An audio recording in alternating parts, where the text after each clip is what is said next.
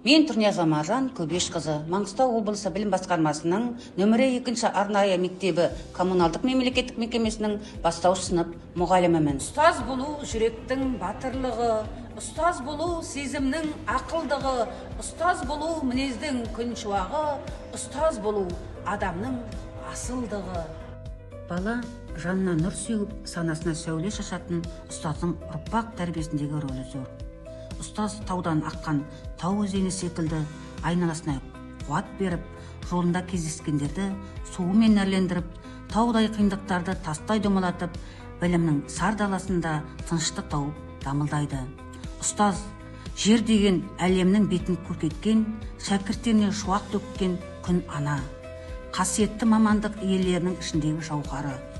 Мектеп табалдырығын аттаған әрбір шәкіртіне әріп танытып, қалам ұстатумен қатар адамшылық қасиетін қалыптастыру мұғалімнің мойнындағы өте ауыр да жауапты жүк.